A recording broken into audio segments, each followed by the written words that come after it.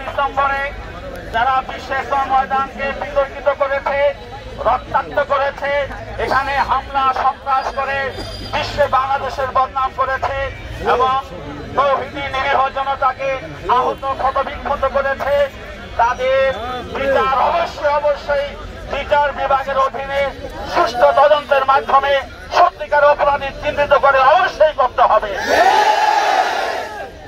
আমরা স্পষ্ট ঘোষণা দিচ্ছি, তাবলীগ জামাতের মধ্যে মামলা মোকদ্দমা নাই।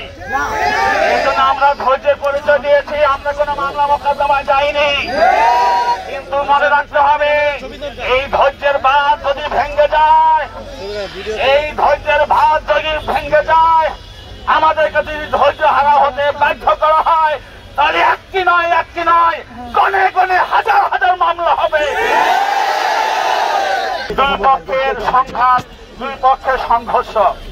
গতকালকে কোন রকমের সংঘর্ষ হয়নি।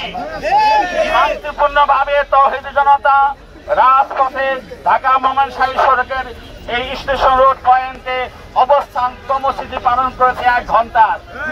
শান্তিপূর্ণ অবস্থান ছিল। সেই শান্তিপূর্ণ অবস্থানের মধ্যে তাদের একটি গাড়ি চালিয়ে দেওয়া হয় এবং এই শান্তিপূর্ণ অবস্থান থেকে একজন মুরব্বী দাঁড়িয়ে পাকা সাদা মানুষটি, আপনারা ভিডিওতে দেখবেন, ভিডিওতে পুরো ভিডিওটা আছে, কিভাবে এদের উপরে গাড়ি উঠিয়ে দেওয়া হয়েছিল। সে উঠিয়ে দেওয়ার প্রেক্ষাপটে আমাদের স্বেচ্ছাসেবকরা প্রতিরোধ করেছে যাতে করে কেউ গাড়িতে আঘাত না করে। তারপরও উত্তেজিত জনতা সেখানে পাশে লাঠি দিয়ে 2-4টি আঘাত করেছে। এর বেশি কিছু হয় নাই। এটার নাম সংঘর্ষ বলা হয় না, এটার নাম মারামারি বলা হয় না।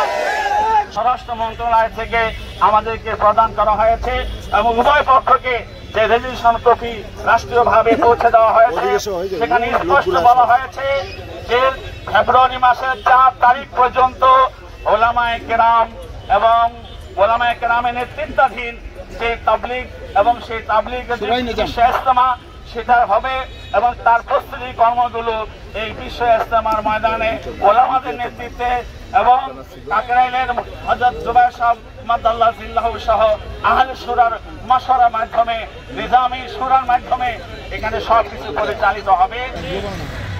ভাই আর লাগবে না, 2-3টা চলে চলে লাগবে না।